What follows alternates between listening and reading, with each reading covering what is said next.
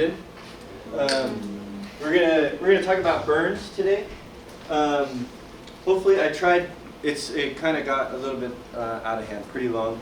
So hopefully, I can give you guys some pearls, shed some light on just some new information. I'm not gonna present any groundbreaking information, and we'll see how it goes. So we'll start off with a kind of an activity that I made. So we have the pH scale right here. We know that 7 is our neutral slot, and then anything less than 7, from 0 to 6, is an acid, right? And then anything 8 or greater to 14 is a base, okay? Any questions on that before we start this? So, where do you think that water falls into on the pH scale? Acidic. On a scale of 1 to 14, give me a number. 6.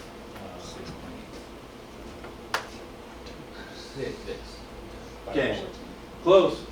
So water is our base. Everything is based off of the pH of water. So it's going to be a 7, meaning it is neither a, holy shit. Yeah. Okay, so I think it's because you're standing I'd say bleach is 13. You're not pressing the button. I think you guys have to remedy this too. Change it to eraser instead of. Because it'll start scribbling lines even if you start doing this. Oh, if you stand you're underneath immediately it? in front of it, it'll do it. It's embarrassing. I'm getting recorded. So, yeah, you stand with it and start doing this in line with it. So just. I want to come out further in front. Okay. All right. So everything that we base determining a chemical's pH is based off of the pH of water. Water is our standard per se. Obviously, we know that you're going to have alkaline water or all these fancy waters, but just standard H2O. So where do you think that bleach 13. lands into? 13, I'd say. Kind of a guess of 13. Yeah. I think it's a pretty strong guess.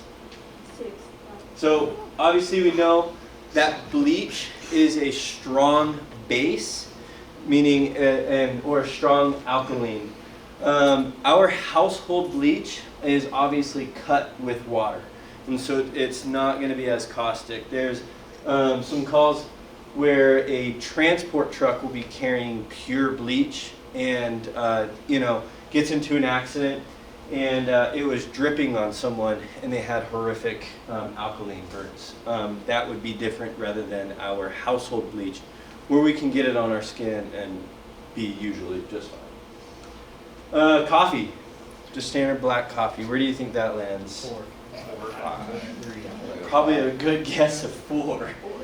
Probably a good 5. It's still an acid, so we have what are called tannins in coffee. And that's we could call it a weak acid. It's, you drink it every day, doesn't really do anything.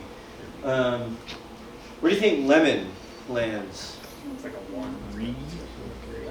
Cool. So we're going more on the far strong acid. This thing is I thought this was going to be way cooler, but it's not. So it's a 2. It's a relatively strong acid. And we're going to get into more as to how we can tolerate having, if lemon gets on our skin, how we can tolerate it for just a little bit, knowing that it is a strong acid. Cement. And now we're talking about drying cement. Where do you think that lands? Something you don't really ever think of as being on a pH scale. Where do you think that lands? Okay, so we're going more on the alkaline side. So that lands us on 11. So it's a moderate base.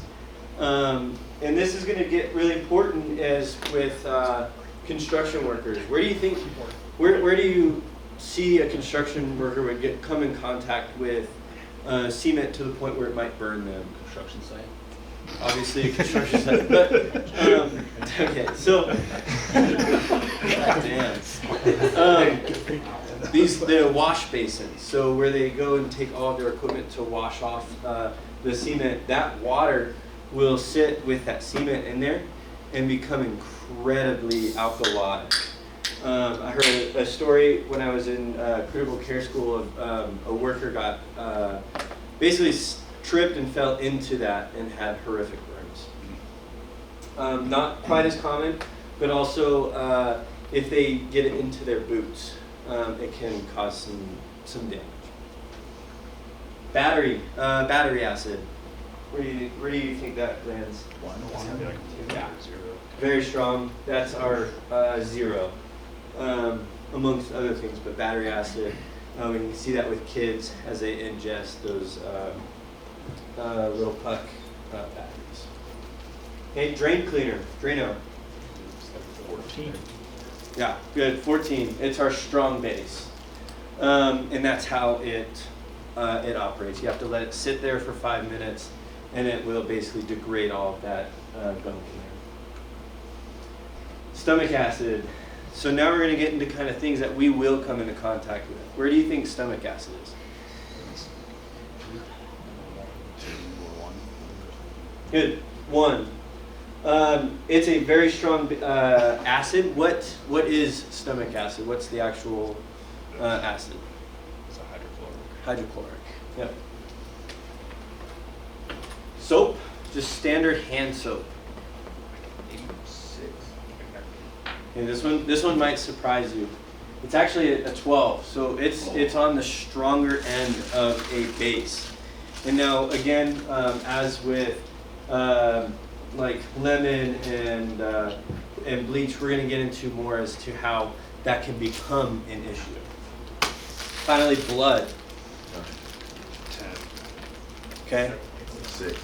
Okay. So we're around 7. We'll round it up to 8. What is the body's pH?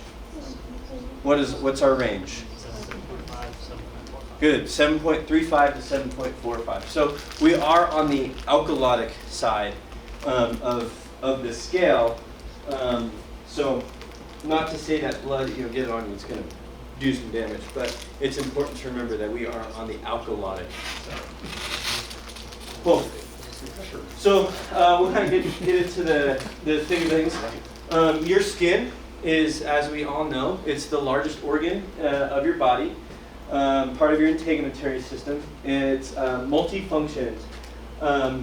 Functions to thermoregulate, controls our body temperature through sweat, through and controlling how much we sweat, if we do or don't. Immune support, it provides a layer of protection for any foreign bodies, any antigens.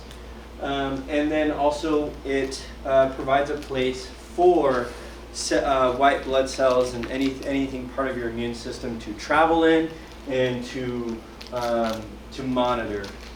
Fluid and electrolyte balance goes into, are we going to sweat or are we not going to sweat? It's going to monitor how much sodium we have, how much water we have in our body, and say, hey, let's constrict our sweat glands and conserve as much as we can.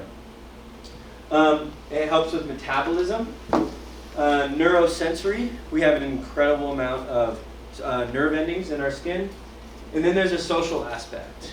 Obviously, we want to look good, we want to look presentable, and so our skin has a social aspect of how we interact with people. So there's 3 layers of the skin. We have the epidermis, which is our outermost layer. Oh shit, sorry. So we have the epidermis, which is our outermost layer. And there isn't much in the epidermis. It's mainly a layer of dying cells, and the further out we get, we start sloughing off those cells. Then we have the dermis, which is our thickest layer, and that's the middle where everything lies. We have all of our nerve endings, as you can see right here. We have our hair follicles, our erector pylori muscle right here to stand our hair straight up and move, as well as our sweat glands, our sebaceous glands, right there. Then below that, we have what we commonly refer to as our subcutaneous layer, our fatty layer, which is a layer of protective tissue, your hypodermis, which sits right on top of your muscles. Okay, any questions leading up to that? Okay. So that's gonna, those layers of skin, as we know, are gonna be important into determining the severity of our burns.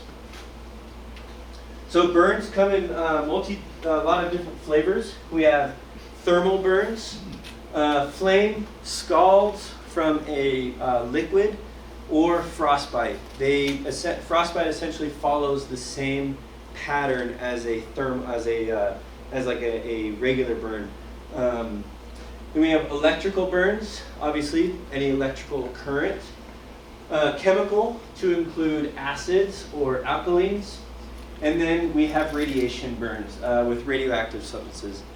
Where do you guys think that we might run into any form of radiation?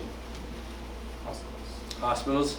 We toured SRMC and went around their MRI unit, and that was pretty interesting.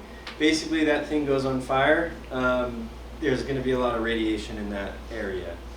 And then same thing with like X-ray machine. We're going to have a small amount of radiation in there.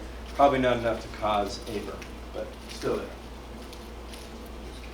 there. So the anatomy of a burn. Gonna start from the inside, working our way out. So we have the zone of coagulation, and that's where our most severe amount of burn is. That's basically the direct contact and the greater amount of injury. Then we have the zone of stasis, and the way that I think of the zone of stasis is guilty by association. Just kind of that surrounding area that still got damaged by the burning substance and will need to be repaired by the body.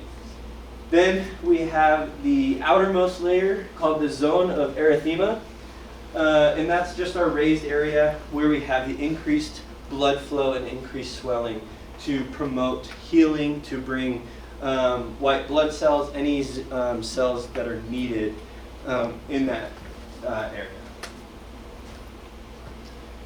As you burn, just like we see in a house fire or in any fire that we have a layer of ash. This ash comes from your skin. It's called eschar, and it's that layer, the protective layer to essentially protect the rest of your body and to try and stop that burning process. This is how, I've always wondered how people can walk across those coals. Obviously, it's time versus temperature, but also waiting for that layer of ash to essentially provide a pillow for them to walk across. Same thing that your skin does. And then this also gives us our distinctive charring look for the full thickness, and then as well as pretty much any burn that scabs over will probably be black, and that's your eschar layer. Pretty important to get that off, and that's what they'll do in like burn clinics with debridement, with like long-term healing, is to get that off so your skin can regenerate right there. So your severity of a burn has many different factors that play into it. So burn depth and size obviously is going to affect how severe and how crucial it is. Certain patient populations. What patient populations can you guys think of that are of greater concern? Children. Yeah, pediatrics. So pediatrics, right? Obviously, much more fragile skin. Who else? And geriatrics, right? So same idea, different opposite end of the spectrum is just much more fragile skin, and both populations don't have as great of a compensatory mechanism for things like burns. The agents involved, as we saw earlier in this in the beginning, with different severities of acids versus alkalines, and same thing with heat versus cold. We're going to have different times versus temperature, and we'll get into that here in a little bit. And then presence of any inhalation injury. So any suspect of an inhalation injury, obviously our concern goes through the roof, and we become significantly more aggressive than if Avila just burned his arm, right? It might be a 3rd degree burn, but the fact that it wasn't an airway injury, we're our concern is a little bit different. And then presence of certain pre-existing conditions. We hear this with literally everything we do, such as diabetes, patients with chronic conditions that may inhibit them from recovering as well. And then same thing with patients who are immunocompromised. They're at a greater risk, obviously, for much later in their healing process, but they are incredibly susceptible to infection and any form of, basically they've gotten rid of that protective layer. So we need to be extra cautious of patients who might be immunocompromised. So burn size and depth is mainly what we're going to focus on here. And there is many factors that play into that, including, like we mentioned, the agent. And with this, I'm meaning an acid versus a base, and we'll get into that. Temperature, duration of exposure, and the burning kind of a cool note that I learned is the burning process will last for 72 hours. So we know, and obviously we've been taught that our burn patients will look pretty good, and then give it 6 hours, 12 hours later, and it's as if they're a completely different human, just all swollen up. They may have new burns develop, or a level of burn may have progressed from first degree to second degree as that burning process continues if we don't treat it right. So thermal burns, it's obviously any direct or indirect flame contact. We see this with, we'll just do a kind of review. What is our forms of heat transfer? Conduction, convection, radiation. And I guess we don't really necessarily have to do evaporation. But good, conduction, convection, and radiation. So then any flashes, if we have a flash of, we might have experienced that. We're all probably pyros, and suddenly it flashes and your hair is singed. It's, a burning process has occurred. And then again, just to hit on it, is anything hot or cold. We essentially view cold injuries as levels of burns. It's just skin damage. And then thermal burns burn through a process called coagulation. So kind of one thing that I've been hitting on is we need to look at temperature versus time. Okay, so cell damage begins to occur at 113 degrees Fahrenheit. At 5 minutes at 120 degrees can cause full thickness burns. And then as we go up, we obviously know it gets hotter. 1 second at 160 degrees will cause full thickness burns. So you just need to pay attention that you can have some, depending on the temperature, we'll have different degrees of burns. So chemical burns, acids, they'll burn through a process called necrosis, essentially just eating away at that tissue. Whereas alkalines will burn through a process of saponification, burn through a process called saponification. And, it's right there. Breaks down of fatty acids. So, what do you guys know that means? A acid versus a base burn. What are we concerned with? Like with saponification.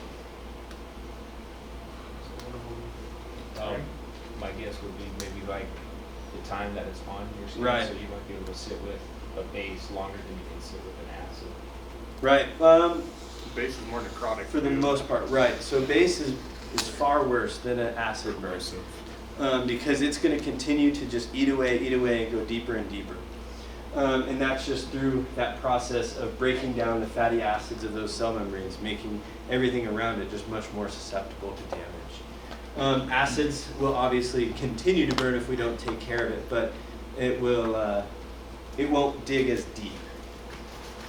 And that goes into exposure time. So We mentioned that a lemon has a pH of about 3, but we squeeze a lemon on your skin, and it's going to sting maybe after a while, but initially you're just like, ah man, it's kind of gross. But if you keep it on there long enough, you will begin to have at least a small localized burn. And then I wanted to add the poison control number with this is be sure to call poison control if you have a chemical exposure patient. Every chemical is going to obviously be different, and it may require a different level of treatment. Now, electrical burns, it's obviously any current that travels through your body that causes cell damage. And it's often hard to predict the extent of the burn. A initial current going through your body is obviously going to try to find the ground. So it's going to look to get out of your body and go into the ground. And it will travel. Now, it's not going to cause any thermal burn until it hits resistance. Where might it hit resistance? Bones. Any solid organs may not conduct it as well. But mainly, we're looking at bones. So these are often hard to predict, and we'll get into how to treat those burns appropriately a little bit later. So I'm going to go into burn classifications. So we're all familiar with superficial burns. It's our classic first-degree burn. Any sunburn, just burning that top layer of the epidermis, right? Not a big concern. Obviously, it's more annoying than anything. And we usually don't bat an eye. I'm sorry, it didn't load, but I did want to mention before we go to this slide, there's going to be like trigger warnings from like kind of here on out. Is we're going to have pictures of burns. If that's uneasy for you, let me know, I guess. But just trigger warning that there will be some pictures of burns. Just look away or something. Everyone got so sensitive. Thank you for that, Spar. So, partial thickness burns is now stretching into our second layer, into our dermis. And there's a couple different there's just two severities of second-degree burns. For our purposes, really just have to say, hey, there's blistering or there's not blistering, and this seems pretty severe. However, just for fun facts, you have superficial partial thickness burns. This is where we've just reached into essentially the top layers of your epidermis. Not much damage has occurred, but we still are getting a bit deeper. And here we're going to see blisters are still intact, and it's common with hot liquids or flames. Then we're going to have a deep partial thickness burns, and these are where we're starting to get much more deeper into the dermis, and we're getting more severe. So our blisters may be broken. We're going to start to see increase in weeping of the wound. So a lot of extracellular fluid, just any fluid is starting to leak out of the skin. And then as well as blanching. Now it's been pretty common that if you see this blanching, we kind of instinctively call that a third-degree burn, and that's more than okay to classify that as a third-degree burn. But just kind of fun fact. What do you, kind of getting more into investigation, what do you guys think happened with this burn? Hot water spill. Right. So we can tell that this is a child. What is common for children who have a hot water spill? What might they have done? What might have happened? Grabbing the stove. Right. So grabbing that pot or anything off that stove, and then it falls on them. So that's one part that we're gonna look into, is just getting more into like an investigative mode. Like, hey, like, how did this happen? What's caused this burn? So then we're gonna get into full thickness burns, and this is involving all layers of the skin down to the subcutaneous tissue. All structures of the epidermis and the dermis have obviously been destroyed, such as nerve endings, hair follicles, and sweat glands. So obviously with these patients it might be deceiving. You get to them and they're like, oh, it doesn't really hurt all that much, but the closer you look, the more investigation that you do into these patients, you notice, hey, like we just burned all their nerve endings. So they're not going to have much pain at all, which is kind of nice, but knowing that they have a recovery is not that good. Kind of squash some like false myths is that it can be any color. It may have no color, where it's called blanching, as we saw in the previous slides, where this thing is. Oh, God. Where it may have, the blood may have already shunted away from that burn area. It may look leathery because our skin has obviously, we've gotten rid of a lot of that fluid that's in our skin that gives it, the good feeling. Or it may be brown or black. So don't count on like, well, it's not black, so I don't think that there's, any third-degree burn. Really look into it and do some investigation. With these burns, once you get into full thickness, and even more severe partial thickness, second-degree burns, we're looking into needing to do a graft. But as far as emergency, and this will never hit the field, but we're looking into escharotomies. Escharotomies.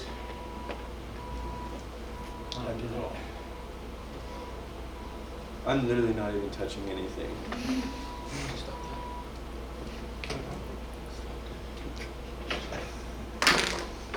You're right, Jackie. What is going on? So we're looking into escharotomies. If you want to know how to do an escharotomy on a hand, that's your diagram. And we really need to be cognizant that these guys are going to have very extensive healing and recovery processes. What is a concern that we have for patients that go in that have circumferential burns? First off, what is a circumferential burn? Right, we're going to go all the way around. Now, what are some of our concerns as far as circumferential burns go? Swelling, and so that's going to create a constrictor, basically a natural tourniquet. With a natural tourniquet, and even with tourniquet placement, extensive tourniquet placement, what are we concerned about as far as that limb goes? For what? For circulation. We're going to go into compartment syndrome, right? So that's why they do escharotomies, is to relieve a lot of that pressure and allow for swelling to occur, because it's going to naturally occur and we need it to. All right, next slide.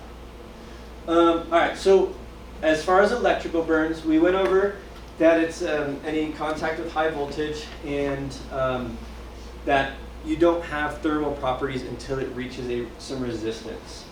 Obviously, we need to be cognizant that they have a potential to cause arrhythmias as well as neurologic abnormalities, and also, as well as our respiratory centers. It can affect our nervation to our diaphragm. So we need to shift our focus towards what is some internal injuries that can occur.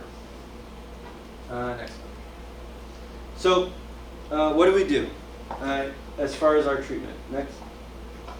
This is our burn protocol. I couldn't get I'm not very technologically advanced. I couldn't get a clear picture of it, but just wanted to mention that it's there. We have a whole burn sheet, and it is going through a little bit of edits. We're working on that here in September. Next. But our treatment changes nonetheless. We start with a good assessment. We need the biggest thing with these patients is to not get distracted. Okay, so these are our unicorns where you can easily get distracted and neglect the fact that they might be bleeding, right? So burn patients are trauma patients first. If there's bleeding, we need to stop that bleeding. And whether that's a tourniquet or direct placement, don't get distracted by like, oh, there's burns right here. We can place a tourniquet over that burn and we'll figure it out later. That's part of their healing process. And then we need to get a good history and a physical exam. So we need to determine the source of the burn. What is it? How is it burning? And what is our best course of action to stop that burning? And one good, obviously, good acronym is we have our ABCs, but we need to add ABCE to that. And that E is for expose. We need to expose these patients. Next. So one thing that firefighters are really good at is putting water on hot things. So the first thing that we need to do is stop the burning process. And what's a good way to stop the burning process? Well, before we even cover them with a burn sheet. Right, so we either need to brush off the substance, then we need to irrigate that area, okay? And obviously if it's a thermal burn, we don't necessarily need to irrigate. So we need to expose the patient. And this includes things like hidden areas such as waistbands. We need to remove, a lot of times people are worried about removing underwear, undergarments, bra straps, and any places that we might be concerned about. We need to remove jewelry, most importantly rings, watches, earrings is a commonly neglected thing. Any jewelry on these patients we need to remove. Anything that can trap a dry powdery substance or trap a liquid substance underneath it or around it. So as far as irrigation goes, any standard burn, irrigate with water for about 10 to 15 minutes. Any eye involvement, we need to irrigate that for 30 minutes. And then alkaline burns, so we mentioned any burns with a base is going to burn much longer and deeper. We need to irrigate that much longer, and so in our eyes, they're recommending 1 to 2 liters of normal saline per eye. Be cognizant not to extensively irrigate with sterile water or any like tap water. It's very corrosive and doesn't really match the pH of the eye. It can cause some damage. So what are you suggesting in the field? I know that especially with eyes, like in the hospital, they have those contact. Yeah, so they have the Morgan's lens. That's it. The biggest thing I've seen, some people have done a nasal cannula right here. We want to irrigate away from the inside of the face. You can even just use like a 15 drop and just keep dripping it in. They didn't really suggest any, I looked it up on the American Burn Association and they didn't really recommend anything except just irrigate, get creative with it. Kind of. Yeah, I know it was, the reason I asked is the only time I've seen it was actually Rosa, when he got hydraulic fluid in his eyes. Yeah. But we tried all of those, but it was hurting him so bad he just kept squeezing his eyes shut. And that, yeah. So it made irrigation in the Right. field. But once they put the Morgan lenses in, which and then you look can terrible. still clamp down, and yeah, it's much easier. I would be pretty hard pressed that we'll ever get Morgan lenses in the field. I don't necessarily want to deal with that. But the other thing that we can do is assist them, kind of help hold their eyes open. It's uncomfortable, and we see that a lot. Probably the most common is with pepper spray. With any PD, is instantly you're going to clench your face because it hurts. Just assist and encourage your patients with that. So next. So once we stop the burning process, our immediate concern, as with any patient, is our airway. Any inhalation of superheated gases, as we all know, is going to cause irritation of the lining of the airway. And the same thing goes with ingestions. Any ingestion of any alkaline or acidic substance will cause mainly upper airway. We're not terribly concerned with the GI tract. Obviously, we're going to take care of that, but we need to maintain that airway first. So, and with any any involvement, any burns, we all know that we're going to get a severe amount of swelling.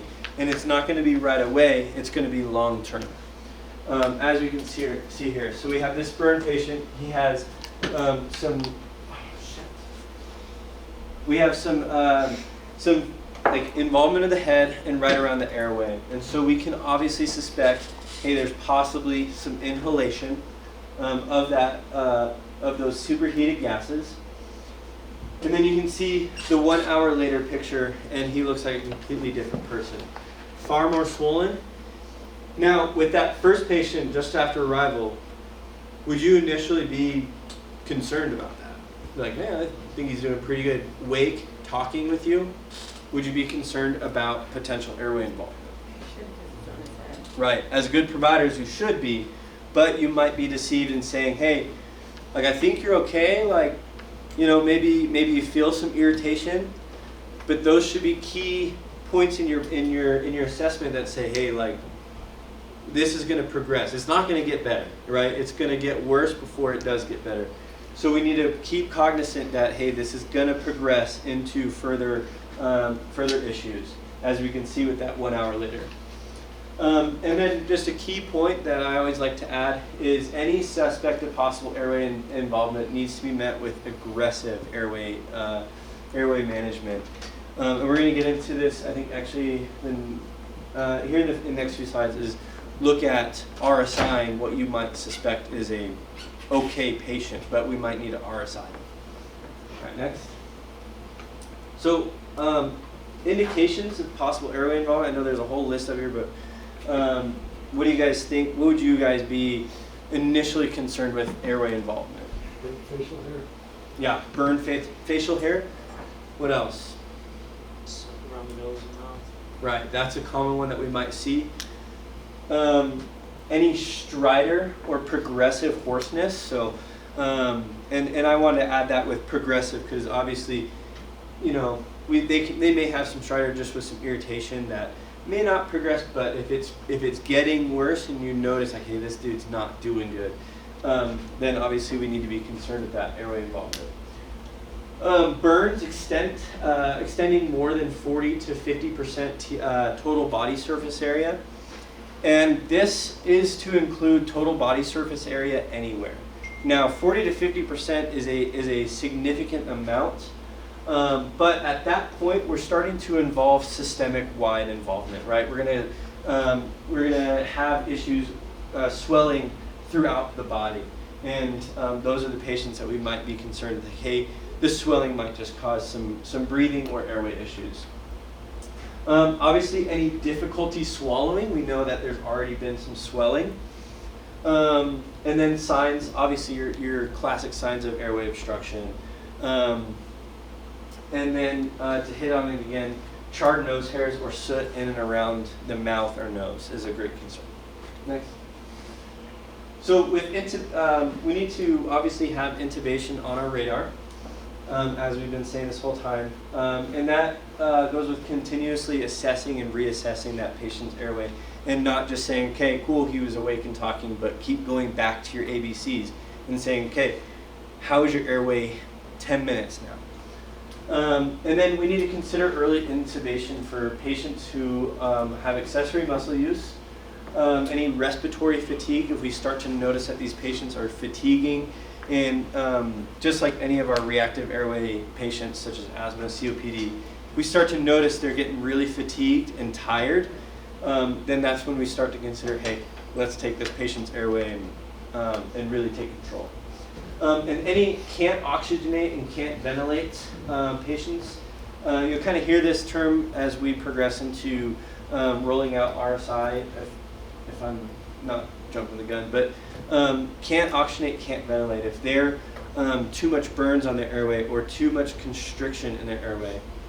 And then any mental status changes or stridor is, we need to start considering RSI, or intubating. And then when we do intubate, we want to intubate with a size larger ET tube than you would normally intubate them. And this is due to increase in swelling as well as increase in just fluid buildup. we want to make sure that that airway is very happy. And then, as with anything, we need to always have our Crike kit available. And it's okay for patients that maybe we pull out of a structure fire or a significant amount of burns. If you visualize and say, hey, like we're not ventilating, or if we put an eye gel in and notice, hey, we're really not, it's a lot of resistance, that might be time to jump to pull that trigger and Crike that patient. Okay. So don't be afraid. These patients are perfect candidates for Crikes. Okay, next. So we go into breathing. These patients will obviously have a significantly difficult time breathing, not only for internal injury due to irritation, causing an increase in mucus production, but also due to external injury. With burns, we know that we're going to have swelling, but we're also going to later on have constricture of that skin. So it's going to cause a difficult time taking a complete breath. There's obviously a difference between ventilation and oxygenation. We need to be able to ventilate well in order to oxygenate. So And then, what's your plan, Squad? Like, if you think that patient is going downhill, but still conscious, going nearest facility, air ambulance, yeah. Some of the slide or the bullet points didn't get added, but I had a section in here that was is utilize our resources. So right now, obviously, we don't have protocol to RSI to take someone's airway unless we are able to. But we have resources around us. We have consortium that we can call. We have Dr. Brody, he lives right here in Corrales and is usually able to come and rendezvous with us. We have our nearest facilities, such as SRMC and Rust, who can at least stabilize that patient, and then we can continue on to UNM. And then we also have Flight that can meet us there. And it may be a fire here in one's district, but if we really need to stabilize that patient, it might be worthwhile saying, hey, let's have Flight meet us here, and then they can maintain that airway. So really good question is to utilize your resources around us and not to forget that we have mobile docs, which is pretty cool. Next. So with oxygen, or excuse me, with ventilation, any patients that are involved in a confined space fire, or obviously any structure fire, we need to be concerned about inhalation injuries or inhalation of gases. So carbon monoxide, we all know that hemoglobin has a 200 times greater affinity for CO than it does for O2. So obviously we know carbon monoxide is going to just stick to that hemoglobin like a magnet. Now this will give us falsely high SpO2 readings, which is obviously a big concern for us. Especially, if we decide to take that patient's airways, we need to pre-oxygenate those patients, and it's going to give us a falsely high reading, so we need to keep that in mind. And then eventually, if they're able to, go to a hyperbaric chamber, but that's somewhere else. That's not a concern to us. But thought I'd add it because it's cool. Next. Do you, hyperbaric chambers, we could never get clarification. There's nothing in New Mexico that, nobody has hyperbaric chambers. Usually they'll That'd go be to blown out. Lubbock, UC Denver, and I think Phoenix. Yeah, it's basically all of our surrounding areas. And they'll fly them out somehow, get it up there. So the appropriate facility would still be UNM downtown then? Yes, yeah, and I have, take the urgent care. Yeah.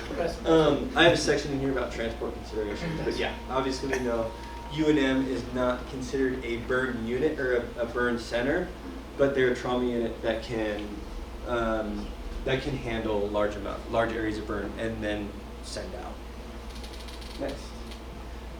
And then we also, any CO poisoning, any suspect of inhalation of superheated gases or products of incomplete combustion, we need to be cognizant of cyanide poisoning. Ultimately, the way that cyanide works within your body is it prevents the cells, the tissue, and the organs from receiving that oxygen off of the hemoglobin, or to utilizing that oxygen. So when the cells are not able to go into aerobic metabolism, what do they go into? Anaerobic metabolism, right. So just basically the metabolism without utilization of oxygen, creating lactic acid and CO2. Cyanide binds to an enzyme in the mitochondria. What do we know about the mitochondria? Powerhouse of the cell, right. And essentially halting cellular respiration. And then we go into what's called histotoxic hypoxia, where we are still oxygenating on the cell, on the red blood cells, but we are not perfusing in the tissue. Okay.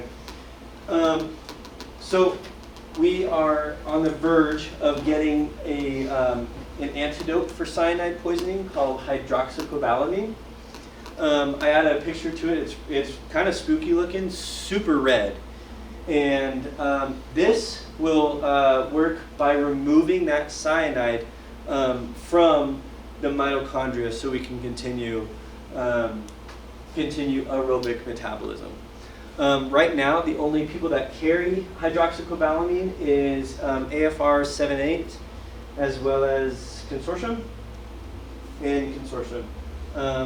So I won't get too into details because we don't really have it yet, but just want to let you know that that's a thing. Next. But if you look in your guidelines, we do have a guideline for smoke inhalation and carbon monoxide or cyanide exposure. And this gives you a pretty complete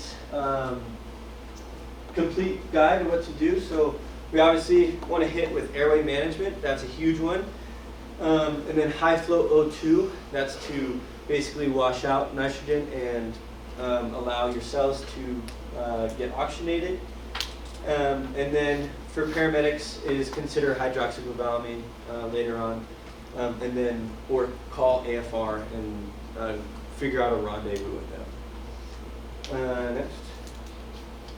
And then this is the bottom part. I wasn't able to get the whole thing, but for some stuff on here that I wanted to hit on, just any patients that are high risk, smoke inhalation and CO poisoning are trapped in confined spaces. And CO poisoning can be very subtle, so don't get distracted and don't neglect that. Don't say, hey, cool, we got a 100% SAT. Well, we just pulled them out of a burn building, and obviously they're not perfusing. That should be it. So, and then circulation. It's important that we get IV access early, and we want to get the bigger the better access. So we're looking at 16s, 14s here. And to not be concerned, you can get IV access over a burn site. Again, kind of the same thing with the tourniquet, is it's just part of what we have to do. Then, next.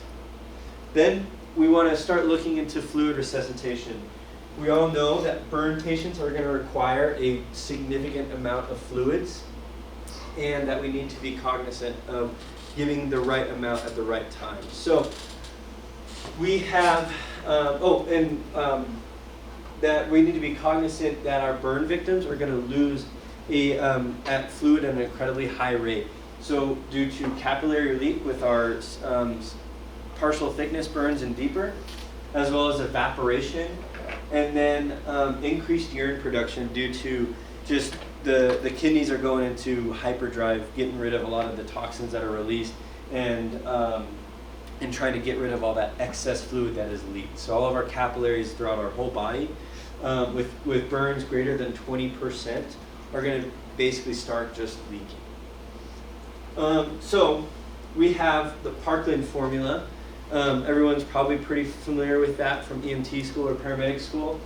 Now, if you look in our protocols, it's going to look a little bit different than what we were taught. So what we were taught, and these slides are flipped. Oh, no, I did the right correction. So the Parkland formula that we were taught is 4 milliliters per kilogram per percent of total body surface area. The equation, and so this is going to give us the amount of fluid over 24 hours. Do you guys remember what we do with that with that number to determine how much fluid they get in a certain amount of time? You guys remember? Right. So the first half, what's the time that they get that? First 8 hours. Okay. So we take that large number, divide it by 2. The first half they get within the first 8 hours. Then the second half we reduce the rate and give it within the next 16 hours. Okay. Some key points to hit on this is it's not a race to just slam them with all that fluid. We have 8 hours to give that to them. We want to give it to them nice and slow. If we just slam all that fluid within them, they're going to essentially become fluid overloaded. Their body's not going to be able to utilize that. Their kidneys are going to get rid of it, and then we essentially didn't do them any good. So we want to slowly give it to them, but obviously we need to be cognizant. We have probably a liter or two with our high percentages to give it. In our protocols, we have a different formula. It's the same thing, but it's going to give us the amount within that 1 hour. Okay, so it's our weight in kilograms times 0.25 times a percent total body surface area. And I'm sorry guys, ignore the bottom part. It's wrong. I didn't open up the right slides. But if you use that formula, that's the amount per hour. So keep that in mind. It gets a little bit confusing. The first time I looked at it, it threw me off. So, I got you. what's that? Next. Oh yeah. So, in order to complete this, we need to be able to accurately predict our total body surface area involved. So we know that the palm of the patient is 1%, right? So that is 1% of your total body surface area. It's important that we take our time to accurately predict our total percentage. The American Burn Association did a study of pre-hospitally how we predicted total body surface area, and then what they predicted in the hospital, and I mean it was like mere 10% were we correct. It was awful, but we obviously we have a much more unstable environment, right?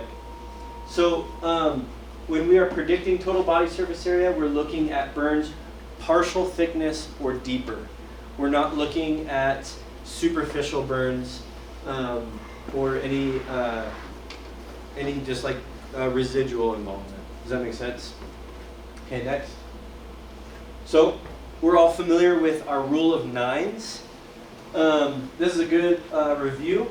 For an adult, each arm is 9%, and that's to include anterior, posterior.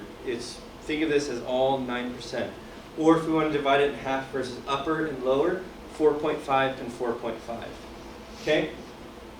Then our head is all-encompassing 9%. So we can think of our face as 4.5, anterior sides 4.5.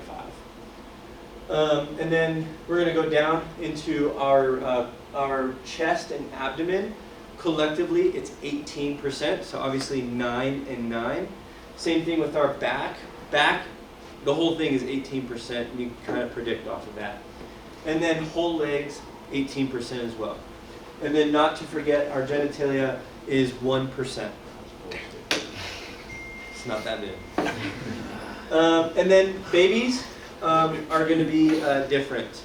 If you look in your protocols, it's going to say the whole legs are 13.5. It's relatively okay to go 14% just to kind of make division a little bit easier. Then arms, 9 and 9. Heads, we obviously know that in children your head is proportionally much larger. So we count that as 18%. And then trunk, front and back is 18 and 18. Okay. Any questions on that? Next. So, as a Pearl, what I was taught is obviously on these scenes we need to work as a team. We need to have not just one person, slamming everything, because we need to maintain that airway, but also work on getting IV access and working to stabilize this patient. We know that these patients are going to be, there's a lot going on. Obviously, we're ramped up because it's a critical patient, and we may have just come out of a burning building that we're obviously exhausted from. So the American Burn Association essentially took our job and helped us simplify it by saying, hey, start an IV access, just start a 500 ml bolus, and that's essentially encompassing for most patients within the first hour. We obviously know that a lot of IV access doesn't flow just slam in 500 within 10 minutes. We know it's going to take some time. So they said it's best to get the fluid resuscitation started as early as possible. And then once we stabilize our patient and we take the time to really accurately predict our total body percentage, then we can calculate our fluid amount taking into consideration what we've given. But American Burn Association is saying that we want to get those fluids started as early as we can. Next.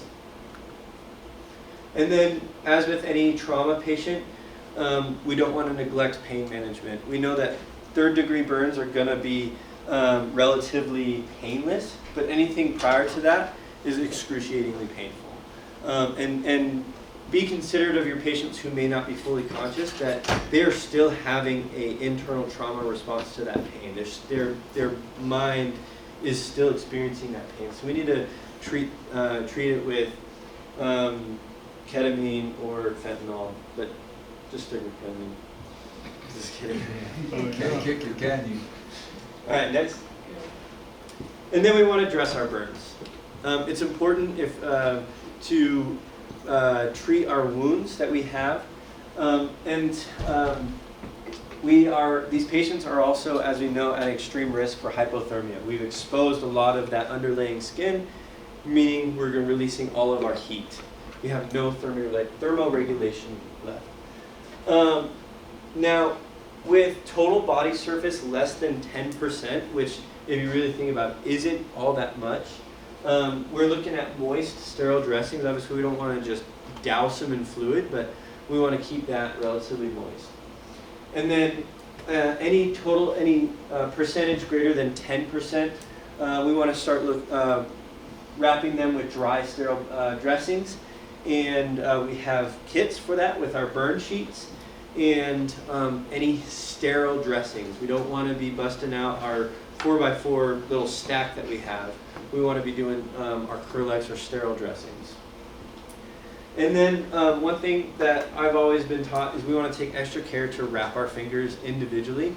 We're not wrapping as a glove because that can start the healing process, and now we're one finger hands. And we want to wrap them loose, right? So we know that these patients are going to have an increase in swelling.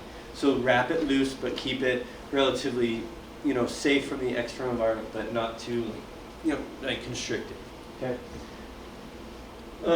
So here in transport considerations, all significant burns are going to be going to UNM, and I'd be pretty hard pressed that if we had a significant area like a whole arm, that Rust would be like, oh yeah, we'll take it. They're probably going to divert. But we need to, this is excerpt straight out of our protocol, is any patients less than 10 or greater than 50 get transported to UNM.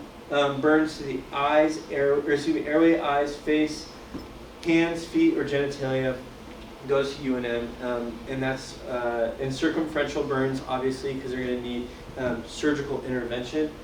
Electrical or chemical burns, and then any patients with complicated medical history, as we mentioned earlier, patients with chronic conditions as well as any immunodeficiency are going to be at a higher risk, at more critical patients. And then just as a good rule of thumb, any burns greater than 10%, just go to Google. Trigger warning, next. So we're going to talk about child abuse. Child abuse is a real thing around here. Obviously, we've probably all ran into it at some form. And it's something that we really need to be cognizant of and keep an eye out for. Approximately 25% of childhood burns are as a result of child abuse. That's a huge amount, considering for how many childhood burns that we really do run. And we know that children have a greater surface area per kilogram. So our body surface area is much greater for kids. And they dehydrate much quicker, and they simply just don't tolerate burns as well. We have a far less glycogen storages in children, so they're able to compensate until they're not, right? We know that with any pediatric patient. And so we need to have our investigative hats on, and we really need to be cognizant, like, hey, we know these parents may not give us an accurate story that will match with our burn pattern. And this is where I got into earlier with that child who had the liquid burn on his chest, is we need to look at our patterns of our burns and realize, hey, this isn't normal for a child to do this. So next. So what do you guys think happened with this child in the upper left? Right, probably a scalding burn. Would you be concerned for child abuse in this? Right, possibly left unattended. It happens, and kind of the same thing with the individual earlier that maybe just pulled something down, not necessarily child abuse, to keep an eye on that. Now, what about this individual in the upper right? What about that child? Where do you see the burns? Hands. Right, both hands. It's not common for a child to have circumferential burns around their hands, right? Especially severe burns as to that, you're going to look into severity. We know that we're going to touch a hot surface and immediately pull away. The most that's probably going to happen, depending on that temperature, maybe second degree, superficial partial thickness burns. We're going to have some blistering. But for something as extensive as that, what else do you see on his arms? Ligature? Yeah, so we see a definite stopping point on both arms. So what do you think that might be? What was the cause? Veins are probably being held in A it. dip, right. We see that a lot with legs as well. Not necessarily child abuse, but possibly bath time comes around and we don't pay attention to the fact that only the hot water was running. We know that children's skin is much more sensitive and they don't tolerate heat as well. So just keep an eye out for that. What about this bottom one? Iron. When I was in my clinicals at UNM Peds, we had a little girl come in with a very deep iron burn, almost exactly like that on her leg. And this is where exposing your patient comes into play. We need to expose those patients and make sure, hey, did we count for all of our body surface area, and did we account for everything that is potentially still burning? And then you can possibly see that. So next. One thing I didn't open the right slides. We can try opening the next one. But with the child abuse cases, I wanted to give a reminder that we are mandatory reporters. If you suspect child abuse, you have a duty to act to report that to CYFD. Now, a lot of times what I find that happens with us pre-hospitally is that we'll relay that information with the hospital staff, and then we'll kind of coordinate with them, like, hey, are you guys going to report this, or do you want us to call? You can coordinate with that as long as that gets reported. Okay, so it's important not to just be like, man, that's really sad.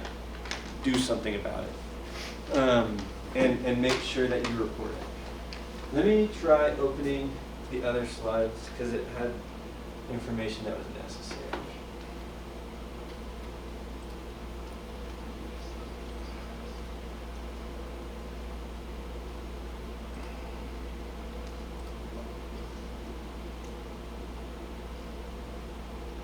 have a piece of paper or you can also what?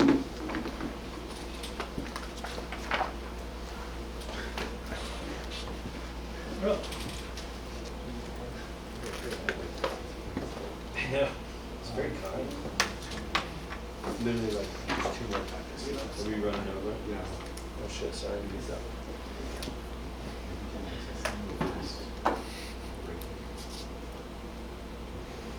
I can even do it verbally too.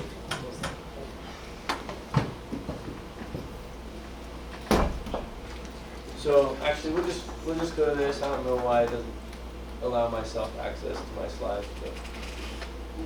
So everyone has a piece of paper. Okay, so we have a patient with a 65-year-old male patient with partial thickness burns to the left arm, anterior chest, and on the face. And I'll go back to here. And so we have left arm, anterior chest, and to the face. I'll give you guys a minute to calculate the the total body percentage. Say it again. Anterior arm, or excuse me, we'll just go left arm, anterior chest, and face.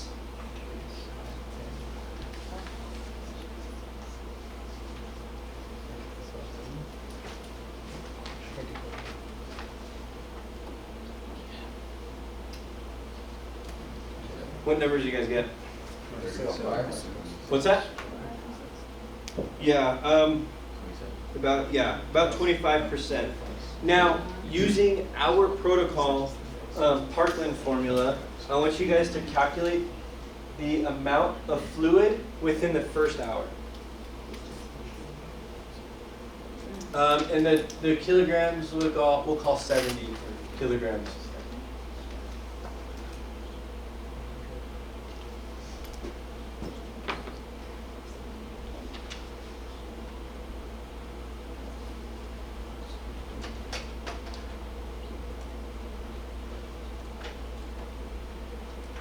Since we're going over, we'll just do this one. Does anyone have a number yet?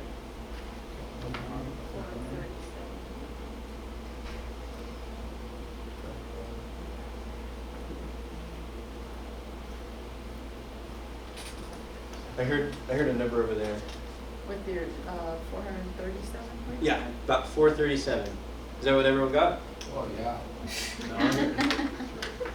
Cool. And keep in mind, that's within your first hour.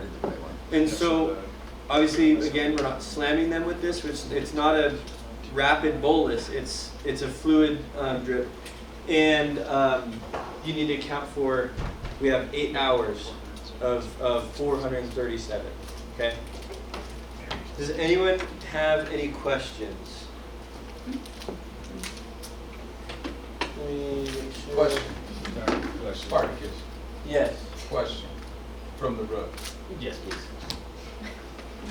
So when we're multiplying the percentage, we're going to straight 26, not like 0.26.